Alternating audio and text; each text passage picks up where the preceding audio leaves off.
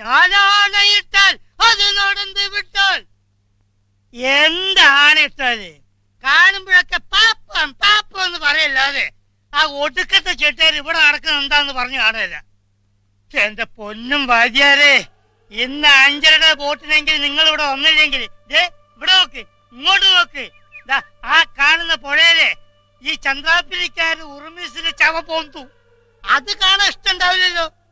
അത് മാത്രല്ല, പിന്നീട് അവിടെ കിടന്ന് വെള്ളം കയറി വീർക്കുമ്പോ നാട്ടുകാർ പോലീസിനെ കൊണ്ടുവരും. വാഴപ്പോള പോലെ അങ്ങോട്ടും ഇങ്ങോട്ടും ഇങ്ങനെ ഒഴുകി നടക്കും. കണ്ട പൊത്തലും നെത്തലും മാക്രിയും പാമ്പും എല്ലാം കൂടി കടിച്ചു വലിച്ച് താഴോട്ട് കൊണ്ടുപോകും. അവിടെ കിടന്ന് ഞാൻ ശ്വാസം മുട്ടി മരിക്കും. മരിക്കില്ലേ? ഇല്ലേ? ഇല്ല. ഉങ്ങളുടെ വ്യാധി തന്നെ? വ്യാധി അല്ലല്ലോ ആടറെ, ആദ്യാണ്. 3 ദിവസമായി കളിക്ക് ടിക്കറ്റ് കൊടുത്തിട്ട് ഇതേവരെ പെട്ടിയെത്തിയില്ല.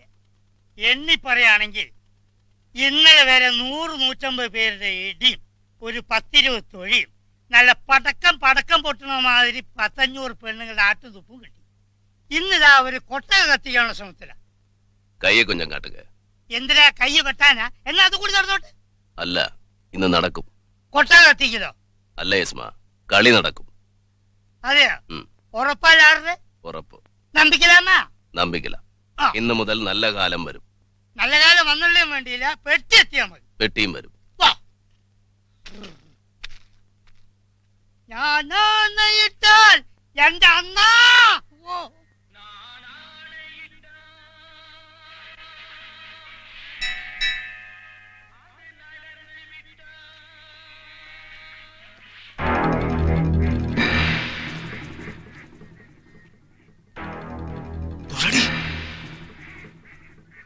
തൊഴുതിട്ടാ വരുന്നത്. അതല്ല, മുതലാളിയെ തൊഴാൻ. എന്താ പാർവതി, സുഖം തന്നെ? അച്ഛൻ நல்லா இருக்கா? പോയിക്കോ. ഡേയ് വളിയ ഓടുങ്ങടാ, പോയിക്കോ. വക്കീല്, ആ കുട്ടി നന്നായിട്ടുണ്ടല്ലോ.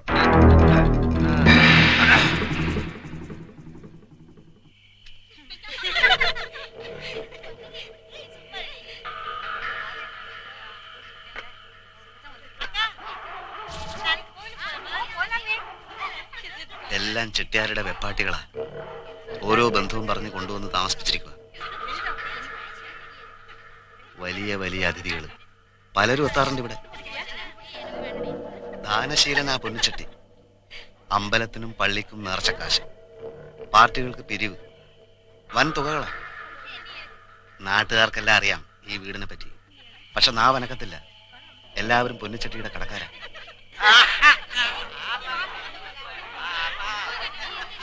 നായരുടെ പേര് പറഞ്ഞ് വക്കീലും ക്രിസ്ത്യാനിയുടെ പേര് പറഞ്ഞ് ചാക്കോയും പാടം തുണ്ട് തുണ്ടാക്കി ചെട്ടിയാർ കടിയറ വെച്ചു.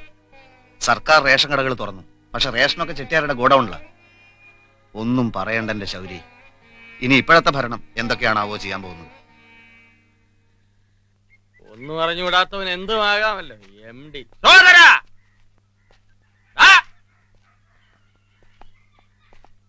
നീയായിരുന്ന പേടിച്ചു പോയല്ലോ. വൈദ്യരെ, എന്ത് ഇപ്പൊ വെറുതെ ഇരിക്കാണോ? ഇപ്പഴല്ല, കുറച്ച് ദിവസമായിട്ടൂടെ വെറുതെ ഇരിക്കുക. എന്നാ കുറച്ച് കരിയിലക്കി കൊണ്ടുപോവാ. എന്താ നിന്റെ അസുഖം?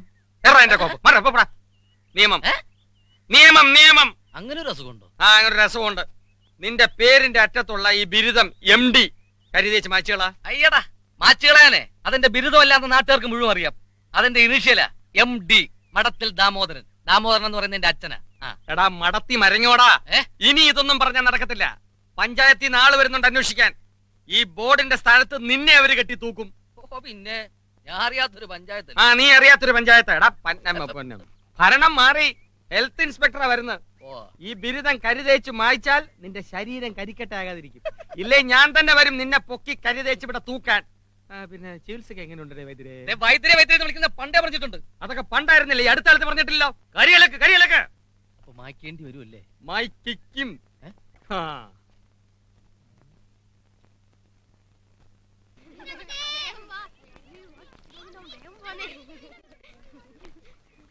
നമസ്തേ ടീച്ചർ. നമസ്തേ.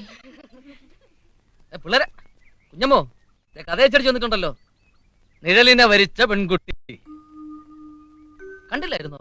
ഇല്ല, അച്ചടിക്കൊന്ന് എഴുതിയിരുന്നു. കൊള്ളാം കേട്ടോ, ഞാൻ വായിച്ചു. ഞങ്ങളെ പറ്റി കുറച്ചുകൂടിയൊക്കെ എഴുതായിരുന്നു.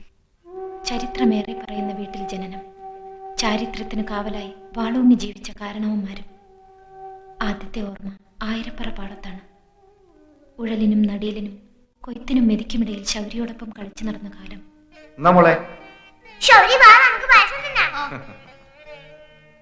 ഇവൻ ഏതാ? നമ്മുടെ പാപ്പിയുടെ മോനാ.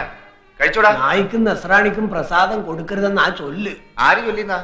ഏതെങ്കിലും ഒരു ശുംഭം പറഞ്ഞു കാണും. തലമുറകൾ ഏറ്റു ചൊല്ലുന്ന വിവരക്കേടിനാ പഴഞ്ചൊല്ലെന്ന് പറയുന്നത്. കുഞ്ഞുങ്ങൾക്ക് എന്തോന്ന് ജാതി.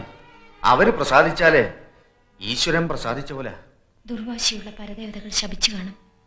നാട്ടുകാർക്ക് അന്നമൂട്ടി അറയൊഴിഞ്ഞ വീട്ടിൽ നിലവിളക്ക് കത്തിച്ച് നെടുവീർപ്പിട്ടു യൗവനം.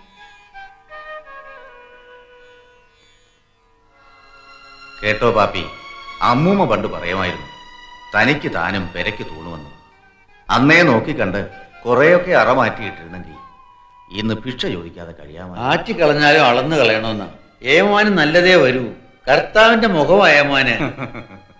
കുരിശിലേറ്റുവോ പാപ്പി? കുരിശിലേറ്റിയാലും 3-ാം നാൾ ഉയർത്തെഴുന്നേൽക്കുമല്ലോ കർത്താവ്.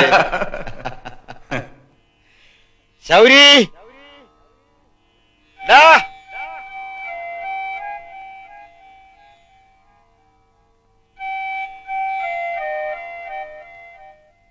തേവാരപ്പുരയിൽ കരിവിളക്ക് കത്തിച്ച് നെടുവീർപ്പുകൾ താമസിക്കുന്ന വീട്ടിലേക്ക് മടങ്ങുമ്പോൾ മനസ്സിനറിയാവുന്ന നാട്ടുവഴിയിൽ വല്ലപ്പോഴുമെങ്കിലും പാപ്പിച്ചേട്ടൻ്റെയും ശൗരിയുടെയും നിഴലുകൾ എനിക്ക് കൂട്ടുവരാറുണ്ട്. നാടുറങ്ങുമ്പോൾ ആരും കേൾക്കാതെ അത്താഴ ഭക്ഷണക്കാരുണ്ടോ എന്ന് ചോദിച്ച് പടിപ്പുരയടച്ച് മാളിക മുകളിലെ മൂടലിൽ ചേക്കേറും ഞാൻ. മനസ്സിൽ മാംഗല്യം തുടികൊട്ടും. വളവര വെച്ച വള്ളമൂന്നി നീങ്ങുന്ന ശൗരിയുടെ നിഴലുദിക്കും. കണ്ണടച്ച് ആ നിഴലിനെ വരിക്കും ഞാൻ. ഞങ്ങളെ ഉണർത്താൻ ഉദയം ഒരിക്കലും വരാതിരുന്നെങ്കിൽ. എന്തിനു പോകുന്നെന്നോ എങ്ങോട്ടെന്നോ ഒരു രൂപവുമില്ല. ആരോടും ഒന്നും മിണ്ടിയില്ല. കൂടെ ഉള്ളവരെല്ലാം ജോലി തേടി നാട് വിട്ടവരാണെന്ന് മാത്രം മനസ്സിലായി. ഏതോ ഒരു രാത്രിയിൽ വീണ്ടും പത്യമാരിൽ നിന്ന് കടലിലേക്ക് എടുത്തെറിഞ്ഞു. നീന്തി തളർന്ന് കരക്കടിഞ്ഞു. കൂടെയുള്ളവരെല്ലാം ഓരോ വഴിക്ക് പോയി. ഞാൻ എൻ്റെ വഴിക്കും. കരിക്ക് വെട്ടിവെക്കുന്ന റഹ്മാനിക്കയുടെ സഹായത്താൽ സിംഗപ്പൂരിലെ മിലിറ്ററി ഹോസ്പിറ്റലിൽ ടീ ബോയ് ആയിട്ട് ജോലി കിട്ടി. കള്ളപ്പേരിൽ ഇത്രയും നാൾ ജീവിച്ചു. പേടിച്ചിട്ടാ കത്തയക്കാതിരുന്നത്. പോലീസ് പിടിച്ചാലോ. വീട്ടിലേക്ക് ഞാൻ കൊടുത്തയച്ച കാശൊന്നും അവിടെ കിട്ടിയിട്ടില്ലെന്ന് വാസു പറഞ്ഞപ്പോഴാണ് ഞാൻ അറിയുന്നത്. സാറാക്കുട്ടിയെ കെട്ടിച്ചയക്കാൻ വന്നതാ. കല്ലറ മണിയാൻ വിധി. എന്റെ പെങ്ങളെ അമ്മച്ചി നോക്കില്ലല്ലോ പറഞ്ഞു കുഞ്ഞ്. പാപ്പിച്ചേട്ടൻ മരിച്ചതും ശൗരി പോയതും ഒക്കെ ഞങ്ങള് കാരണമാണെന്നും പറഞ്ഞ് പിണങ്ങി നടക്കുകയായിരുന്നു സാറേയും അറിയിച്ചെടുത്തേയും. അടുക്കാൻ എത്ര നോക്കിയിട്ടും അടുത്തില്ല. എഴുതി അറിയിക്കാൻ ശൗരിയുടെ വിലാസവും ഇല്ല. വീട്ടിലെ പ്രശ്നങ്ങളാണെങ്കിൽ അതിലേറെ ഒന്നും ചെയ്യാൻ കഴിഞ്ഞില്ല. സാരമില്ല പറഞ്ഞു കുഞ്ഞ്. മനസ്സ് നൊന്നങ്ങ് പറഞ്ഞു പോയതാ. ആ ചെട്ടിയാരെ കയ്യിൽ നിന്ന് ഞങ്ങളുടെ വീട് ഒഴിപ്പിച്ചെടുക്കണം. അതുവരെ കാണും ഞാനിവിടെ. അത് കഴിഞ്ഞ പോവും. തിരിച്ചു പോകണം. ജീവിക്കാനുള്ള കൊതി കൊണ്ടൊന്നുമല്ല. ആത്മഹത്യ ചെയ്യുന്നത് ആണത്തമല്ലാത്തതുകൊണ്ട്. പോകരുത് ശൗരി, ഇനി എങ്ങും പോകരുത്. മറ്റാരുമില്ല ഞങ്ങൾക്ക്. കഥ വായിച്ചില്ലേ? വായിച്ചു.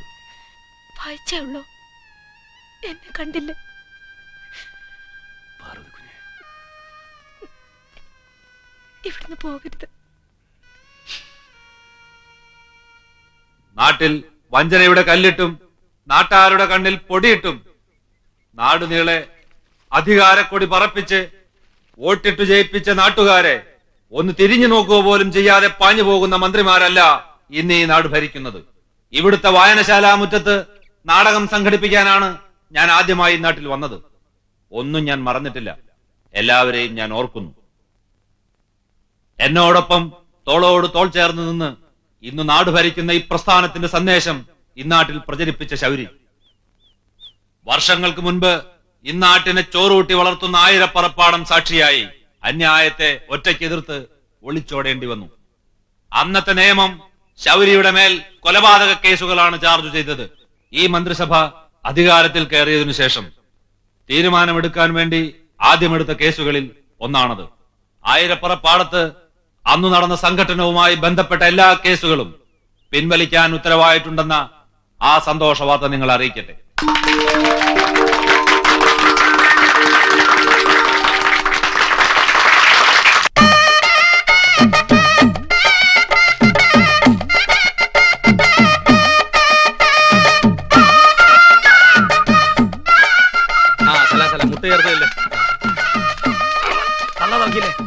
നമസ്കാരം സാർ. ബഷീറേ,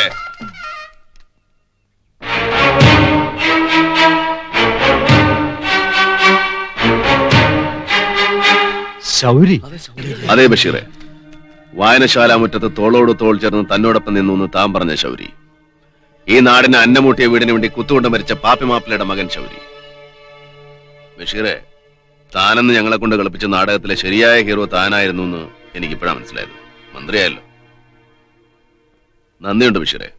ഇങ്ങനെ ഉറക്കെ സംസാരിക്കാനുള്ള സ്വാതന്ത്ര്യമെങ്കിലും എനിക്ക് തിരിച്ചു കിട്ടിയല്ലോ. എന്റെ അമ്മച്ചിയും പെങ്ങളും എല്ലാം ഞാൻ അറിഞ്ഞു. എങ്ങനെ മരിച്ചു താൻ അന്വേഷിച്ചോ? ശൗരി, നമുക്ക് പിന്നെ സംസാരിക്കാം. പറ്റില്ല, എനിക്കിപ്പ സംസാരിക്കണം. തന്നോട്, മന്ത്രിയോടല്ല, എന്റെ ബഷീറിനോട്. വഴിയോടാ നീ പോടാ ചെറ്റേ. എന്ത് ഡായ്? ശൗരി, ഞാൻ പറയുന്നത് കേൾക്കണം. നാണമില്ലേ ബഷീർ തനിക്ക്? ഇറക്കുമതി ചെയ്ത വെപ്പാട്ടികളെ നിരത്തി നിർത്തി ഈ പന്ന ചെട്ടിയാരൊരുക്കിയ താലപ്പിലയിൽ നുണഞ്ഞ ഈ വീട്ടിനകത്ത് കാലുകുത്താൻ അന്നമൂട്ടുമേടെ തനിക്കൊന്നും കയറാൻ തോന്നിയില്ലല്ലോ. പാവങ്ങളെ നക്കാപ്പിച്ച കാശിന് ചവച്ച് നിന്നുകൊണ്ടിരിക്കുന്നവനായി ചെട്ടിയാര്. മന്ത്രി എഴുന്നള്ളിച്ച് നാട്ടുകാരുടെ സ്വാധീനം ഉറപ്പിക്കാൻ നോക്കുക. ഈ വീട്ടിൽ കാലുകുത്താൻ തന്നെ ഞാൻ സമ്മതിക്കല. ശൗരി, ഞാൻ പറയുന്നത് കേൾക്കണം. പറ്റില്ല, ഞാൻ പറയും താൻ കേൾക്കണം. என்ன சார் கேட்டிட்டு வாங்க சார் நீங்க. ബഷീറെ, MLA മന്ത്രിയാകാനുള്ള ഏണിപ്പടി മാത്രമല്ല രാഷ്ട്രീയം, അത് മറക്കരുത്.